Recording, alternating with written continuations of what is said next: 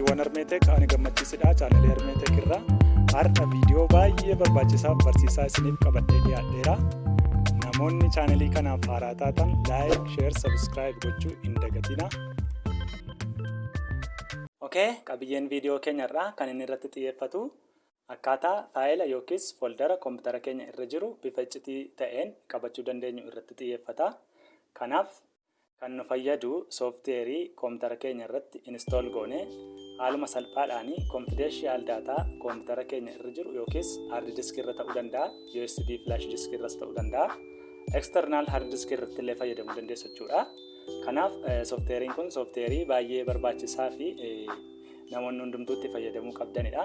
Kanaaf isa amma kallattii maanii daawunlood godhee install godhee akkamitti faayila keessan bifa iccitii ta'een qabachuu dandeessu kan jedhu isinitti argisiisa jechuudha. Kanaaf amma kallattii maan gara sanatti seenuu fi biroozera koompitara irra jiru keessaa tokko isaanii biroozera kamiyyuu ta'uu danda'a. Rakkoon qabu ani ammaaf garuu kanan fayyadamu Google Chrome kanarraan seenee sooftiweerii sana daawunlood godhee sana booda install godhee akkamitti faayila keessan bifa iccitii ta'een sooftiweerii sana fayyadamtanii qabachuu dandeessu kan jedhu isinitti argisiisaa jechuudha. Kanaaf Google Chrome kanarratti double clicking godha. Double click. Kunoo akkuma argitanii Google Chrome keenya nuuf baneera jechuudha. Kanaaf maal goona jechuudha? Websaayitii sooftiweerii keenya irraa argannu bakka kanatti barreessuu qabna jechuudha. Search baarii kanarratti. Kanaaf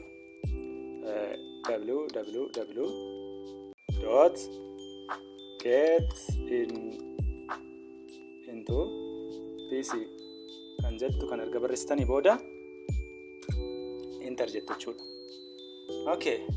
Kanaaf kallattii maanii gara saayitii irraa sooftiweerii har'aa itti fayyadamuu barbaannu argannutti nu dabarseera jechuudha.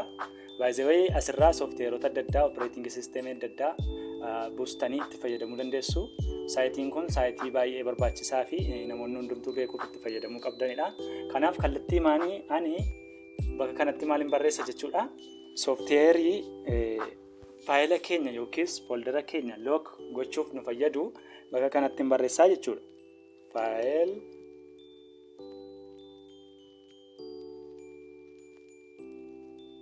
File soft folder lock jettanii erga barreessitanii booda enter jechuudha. Enter. Kunooti search godhee nuuf fideera. Kanaaf amma kallattii maaliin godha jechuudha. Sooftiweerii kana daawunloodiin godha jechuudha. Kunoo lammaffaarra jirtu kana irratti takkaadhuman cuqaasaa. Sana booda kunoo bakka kanatti kan tarreeffamee jiru informationii waa'ee sooftiweerii sanaati jechuudha. Amma kallattii maanii informationii sana isin booda detailii ilaaluu dandeessu. Ani maaliin godha? Sooftiweerii kana daawunloodiin godha jechuudha. Download full setup version 12.3 kan jettu kana irratti takkaama duwwaa tuqxu. Waiting for resource amma inni search godhutti hin eenna jechuudha. Download nuuf gochuu fi process gochaa jira sababa ta'eef. Kunoo akkuma argitanii download akka nuti goonuu fi gara kanatti direct sababa godhee jiruu fi kallattii maaliin godhachuudha? Start download kan jettu kanatti bu'aa jechuudha.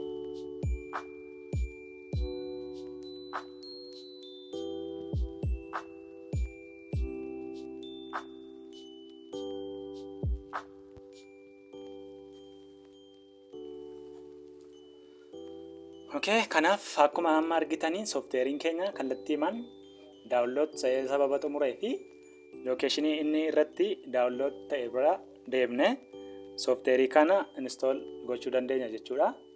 Kanaaf kallattii maanii lookeeshinii sana bira deemuu fi daawunlood kan jettu keessa seenaa. Sana booda compressed godhee nuuf buuse sababa ta'ee fi compressed kan jettu kana keessa seenaa. Right clicking godha. Sana booda maal gochuu dandeenya jechuudha. soofteerii kana install goonee itti fayyadamuu dandeenya jechuudha. Isa dura garuu soofteerii kana extract ton godhiini window defender yookiis immoo third party antivirus koompitara keessan irra jiru disable gochuu qabdu jechuudha. Maaliif patch file yookiis immoo cracked file soofteerii keessanii isin jalaa sababa nyaachuu danda'uu fi kallattiimaan window defender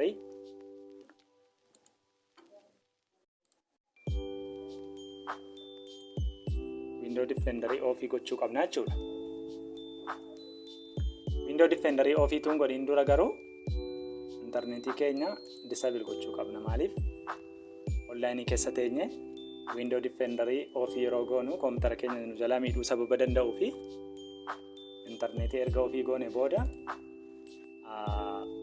window defender ofii gochuu dandeenya. Window defender ofii gochuu fi kunoo window simboolii marratti right click gootanii setting argachuu dandeessu jechuudha. Right click gootanii kunoo setting kan jettu setting keessa erga seentanii booda privacy and security kuni window 11 sababa ta'ee fi window 10 immoo isin barbaadan argachuu dandeessu jechuudha. Okay, kanaaf isa kana irratti double clicking godha. Sana booda window security kan jedhu kana irratti double click ergan godhe booda virus and threat protection kana irratti ammas double clicking godha. Sana booda manage setting keessa galee window defender kana ofii gochuu danda'a jechuudha. Manage setting aluma tokko duwwaa cuqaasuu dandeessu. Sana booda hunduma isaaniiyyuu warroota kana ofii erga gootanii booda soofteerii keessan extract gochuu dandeessu jechuudha. Ofiin godha isa kanas hunduma isaanii ofiin godhachuudha. Okay. Amma hundumaayyuu ofii sababan godhee fi garuu third party antivirus naan koompitara koorraa qabu smaadaabii qofadha. Ishees ofiin godhachuudha. Disable protection godha. Okay. Amma kallattii maanii soofteerii keenya extract gochuu dandeenya jechuudha. Kun akkuma argitanii bakka kanatti download nuuf ta'e sababa jiruu fi extract gochuu dandeenya jechuudha soofteerii keenya. Okay, kanaaf right clicking godha wirrar extract to get into PC kana irratti alma tokko tuqaa sana booda akkuma beekamu passwordin soofteerii get into PC irraa downloadii ta'anii 1 2 3 ergettanii booda internet jechuudha. Kallattii maammalnaaf godheera extract naaf godheera jechuudha. Kanaaf maalin godhaa extract isanaaf ta'e bira deeme kunooti extract ta'e bakka kana jira jechuudha. Isa kana irratti double clicking godhaa. Sana booda ishee kana irratti ammas double clicking godhaa. Sana booda file log pro kan jettu kana irratti run as administrator jedha jechuudha. Sana booda okay install kan jettu kanatti bu'a. Install ammas irra deebitanii kun bakka kanatti install jedha. Install gochaa jira jechuudha soofteerii kana. Okay, kallattii maanii install godhee raawwateera jechuudha. Kanaaf install godhee erga inni raawwatee booda maal goone jechuudha ammoo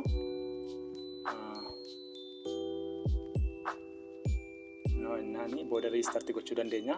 Cracked kan jettu kana irratti right click godhee extract godhee ishee kanas run gochuun qabaa jechuudha. Okay. Extract nuuf taateetti isheen kunis kana keessan seena. Sana booda patch kan jettu kana run as administrator godhaa jechuudha. Patch completely patched ta'eera jechuudha. Kana jechuun maal jechuudha? Laayisensii itoo nun gaafatiini akkuma salphaatti koompitara keenya irratti soofteerii kanatti fayyadamuu dandeenya jechuudha. Kanaaf okay jedha. Exit jedheen keessaa ba'a. Kallattii maal goone irra jechuudha amma soofteerii kana install goone raawwanne irraa jechuudha. Kanaaf amma soofteerii kana erga install goone raawwanne akkamitti faayila koompitara keessan irra jiru internal hard disk irra ta'uu danda'a, external hard disk irra ta'uu danda'a, USB flash drive irra ta'uu danda'a. Isaan kana hundumaa irra daataa jiru akka fedhii keessanitti yoo barbaaddan hidii gochuu dandeessu, yoo barbaaddan immoo lookii gochuu dandeessu jechuudha. Faayila iccitiidhaan qabachuu barbaaddan tokko. Kanaaf amma kallattiimaan isinitti argisiisa jechuudha. Okay.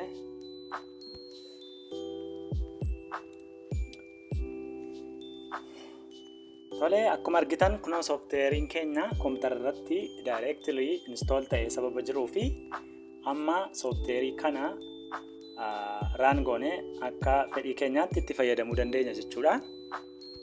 Kunoo jechuudha soofteeriin amma install gochaa turre. Kanaaf soofteerii kana fayyadamnee maal gochuu dandeenya jechuudha. Faayila yookiis foldera internal hard disk irra jiraachuu kan jiru external hard disk irrallee ta'uu danda'a, USB flash drive irrallee ta'uu danda'a, even memory irrallee kan jiru koompitara kana keessa readeriidhaan galchitanii takkaalee hoggootanii ennaani kan biraa irratti dhaqee banuu hin danda'u jechuudha. Kanaaf amma kallattiimaan nan bana soofteerii kana. Kunoo akkuma argaa jirtanii paaswordii gaafata jechuudha jalqaba irratti. Paaswordiin kun maal jechuudha? Foldera yookiis faayila soofteerii kana keessa galchitanii lookeeshinii kan biraarra yookiis koompitara kan biraarra illee yoo deeme paaswordiin isin bakka kanatti laattan namni sun yoo beeke malee faayila sana yookiis foldera sana banuu hin danda'u jechuudha. Kanaaf bakka kanatti paaswordii bakka jettu kana kunoo paaswordiin galchachuudha. Okay, galcheera re-enter gootu paaswordii. Paaswordii ergan galchee booda isheen kun jalatti kan isin gaafattu paaswordii keessan yoo irraanfattanii lookeeshinii irraa argachuu dandeessanii jechuu barbaadeeti jechuudha. Inni kun imeelii akka galchinuu fi kan inni bakka kanatti opshinii laatee jiruuf. Kanaaf imeeliin galcha bakka kanatti.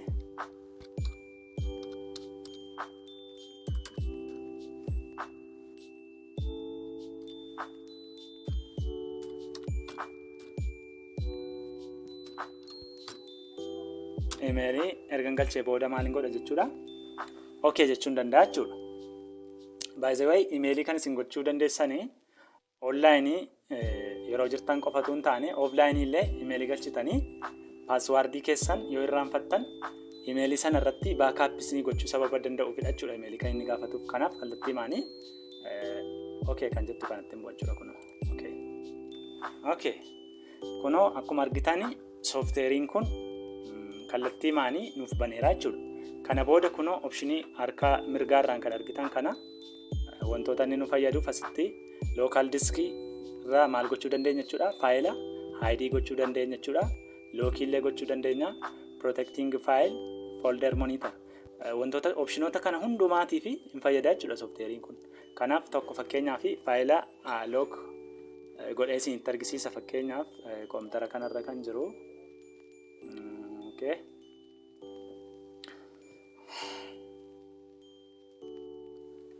Kunoo fakkeenyaaf bakka kana system administrator faayila jettu kana soofteerii kana keessa galchee even koompiteruma kanarratu jiru namni koompitara kana akkaawuntii amma keessa jiru kanaan seene faayila kana akka inni hin argine gochuu nan danda'a jechuudha. Kanaaf amma soofteerii kana yaadaan qabaa isti. Okay. Hide or hide file kan jettu kanatti immoo jechuudha sana booda. Akkuma argitan kana booda maal godha jechuudha? Gara maalitti direct na godha? Gara koompitara kootti direct na godha jechuudha. Koompitaroota koorraa kunoo desktop irraa faayilota jiran faayilota kana hunduma isaanii hide yookiis lookii gochuu danda'a jechuudha soofteerii kana fayyadamee. Amma kanan isinitti argisiise kunoo system administrator data kan jettu kana lookii gochuu barbaade jechuudha. Kanaaf ishee kanatti ergan bu'ee booda maaliin godhaa? Open hin jedha jechuudha. Kunoo argitan miti? Lokateeraa jechuudha, hin jiru jechuudha, hidii ta'eera jechuudha. Yeroo biraa immoo fakkeenyaaf faayiluma kana koompitara keessan irratti display akka inni ta'u yoo barbaaddanii soofteerii kana erga bantanii booda maal gochuu dandeessu jechuudha. Kunoo kallattiimaan system administrator data kan jettu kanatti bu'ee unhide godhaa jechuudha. Kunoo bakka kanatti soofteer sitti argamaa jira yaadaa. Kunoo unhide kan jettu kanatti bu'ee location isaa jalqabaatti display gochuu danda'a jechuudha. Okay, unhide deebi'eeraa jechuudha. Kunoo system administrator data kan jettu kunoo jechuudha bakka kanatti. Okay, option lammaffaa maal foldera packet tracer kan jettu kana ID godheen siin argisiisa jechuudha. Kunoo fakkeenyaaf see kana qabadhaa ID gaafan godhe jedhu soofteerii kanaanii hin argamu jechuudha. Device kanarra jiraachuu dhabuusaa normally useriin kara kana seenee foldera kana arguu hin danda'u jechuudha. Soofteerii kanaan ID gaafan godhe jedhu fakkeenyaaf hide folder kan jettu kanatti bu'aa sana booda desktop irra naqachuudha. Desktop irra kunoo packet tracer kan jettu kana jechuudha. Ishee kana kunoo bakka kana jirti. Packet tracer kan jettu kanarratti haaluma tokko argan bu'ee booda okay jedha jechuudha. Kunooti akkuma argitanii completely maal godheera jechuudha. Hide godheera jechuudha. Yeroo itti unhide yookaan immoo deebi'ee kompiitara keessan irratti akka inni mul'atu barbaadanitti immoo unhide kan jettu kanatti bu'uu dandeessu jechuudha. Okay. Kana qofaallee miti external hard diskis ID gootanii fakkeenyaaf yoo nama biraatiif ergistan illee foldera isinii external hard disk irraa ID gootan sun kompiitara biraa irratti yookiis device biraa irratti gaafa dhaqee connect ta'u hin argisiisu jechuudha. Passwordii kanaan yookiis soofteerii kanaan yoo ta'e malee. Kanaaf isa kanaaf illee fayyadamuu dandeenya. Inni kan biraan soofteerii kana fayyadamnee ID gochuu dandeenyu internal hard diskii keenya illee ID gochuu dandeenya jechuudha yoo barbaanne. Fakkeenyaaf hard diskii internal hard diskii kompiitara kanarraa isin argisiisa. Fakkeenyaaf new volume D kan jettu kana ID gochuu yoo barbaade jechuudha. Soofteerii kana fayyadamee yaadaan qabaa deebinee cheekii goonaa jechuudha. Akkamitti akka inni ID godhe. Okay. Hide drive kan jettu kanatti bu'aa. Sana booda kunoo new volume D kan jettu kanarratti ergan godhee booda okay jedha jechuudha. Kunillee maal ta'eera jechuudha. Completely hard drivein kuni ID ta'eera jechuudha. Kompiitara kana namni seenu hard drive diirra kan jiru data kamiyyuu arguu hin danda'u jechuudha. Check gochuudhaafi okay daganaa gara sanatti deebinaa fakkeenyaaf this PC kunooti akkuma argitanii new volume D kan jettu suni dhokatteetti jechuudha. Internal hard disk illee ID gochuu dandeenya jechuudha soofteerii kana fayyadamne.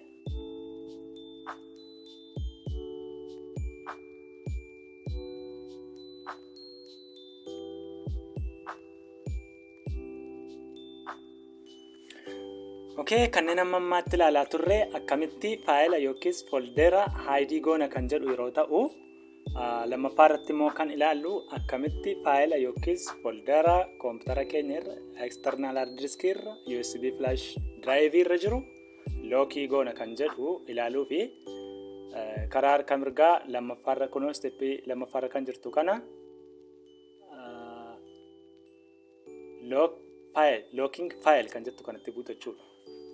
Sana booda lock folder jedha jechuudha. Fakkeenyaaf foldera asirra jiru keessaa confidential data kan jedhu kana lookii godhe isinitti argisiisa.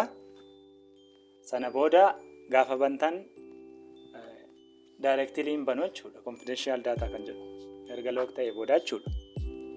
Kanaaf desktop irra deemee kunoo confidential data kan jettu bakka kana jirti. Sana booda okay jedha. Akkuma argitanii kunoo confidential data ni locked ta'eera jechuudha soofteerii kana keessatti. Ammatuun desktopii kanarraa confidential data kan jettu kana banuu barbaade hin banu jechuudha sababa locked ta'ee jiruuf. Keenyaaf cheekii gochuudhaaf double click irratti godha. Kunoo akkuma argaa jirtan access is denied. Okay? akkamitti foldera lookii goona kan jedhu kanuma irratti yoo xumurre isa kaan diteeyilii koompitara keessan irratti erga install gootanii booda isin ilaaluu dandeessu. Amma garuu dhuma irratti wantan isinitti argisiisu tokko flash drive irratti foldera yookiis faayila akkamittiin lookii goona yookiis haayidii goona kan jedhu steepii dhumaa kana irratti isinitti argisiisee viidiyoo keenya guyyaadhaa kanumaan xumuruu dandeenya. Amma kanaaf kallattii maanii USB flash drive koompitara kanatti connecting godha.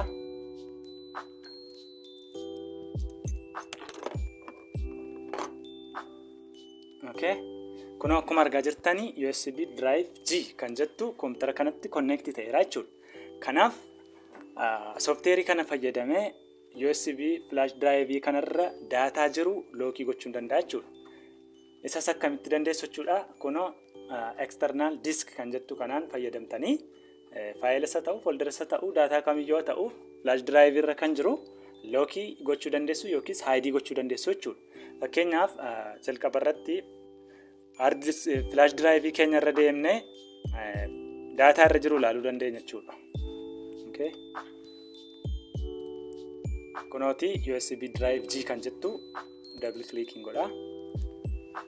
Fakkeenyaaf business kan jedhu kana lookii gochuu yoon barbaade flash drive irra jechuudha.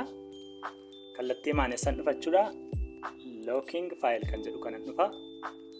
Sana booda looking folder kan jettutti bu'a. Looking folder itti ergan bu'ee booda asin deemaa jechuudha. USB drive kan jettu jala.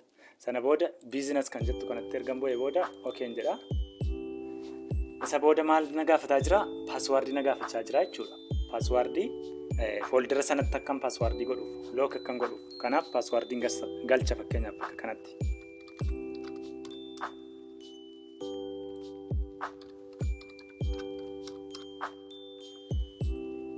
Password kana ergan galchee booda lock kan jettu kanatti bu'aa jechuudha.